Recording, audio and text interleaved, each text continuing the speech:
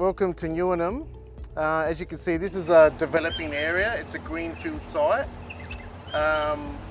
with a developing urban catchment.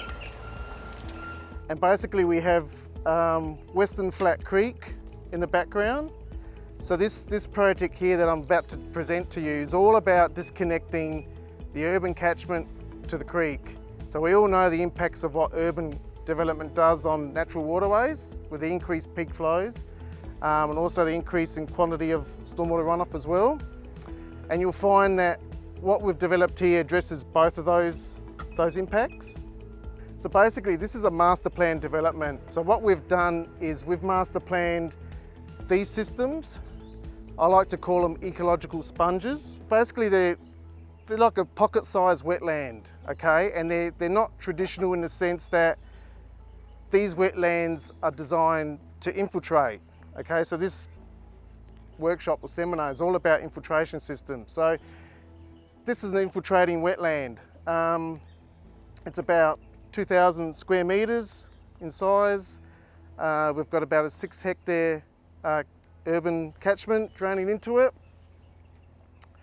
And we've deliberately designed the liner to leak water.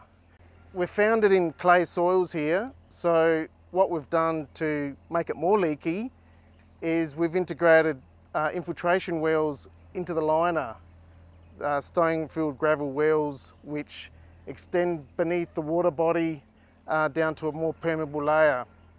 So it just highlights, your geotechnical investigations are very important when you're doing these sort of infiltration systems.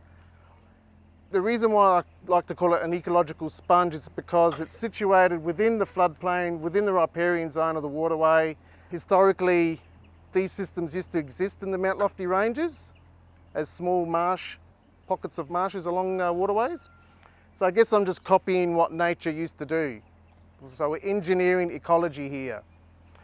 Now the reason why it's a sponge is because it's going to set up a saturation zone beneath the wetland. So it's not designed to hold water, and basically that will slowly drain the wetland into the underlying soils, and it'll introduce some sort of slow release or base flow, if you like, into Western Flat Creek. So species selections are very important in this regard, and we've deliberately picked species that suit those conditions, wetting and drying. We've also deliberately put some tree species in there as well that can cope with saturated ground conditions and be submerged from time to time.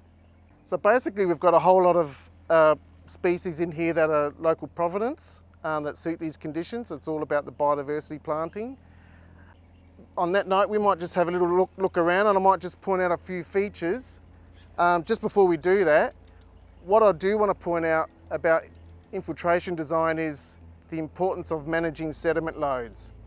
So you'll find as we walk through here, you'll see there's a bit of a treatment train happening through this ecological sponge, where that sediment load can be dropped out within the inlet zone and also through the inlet swale as well. So by the time it actually gets to the bit where the infiltration all occurs, hopefully a lot of that sediment has dropped out. Okay, so this is the inlet pond here. You can see it's just a small, deep inlet zone. So it's got all the elements of a traditional wetland, where you got your deep inlet pond, followed by a dry sort of macrophyte zone. So this actually basically flows that way against the grade, wraps around this partition in the middle, and then comes out through here and then exits into the waterway.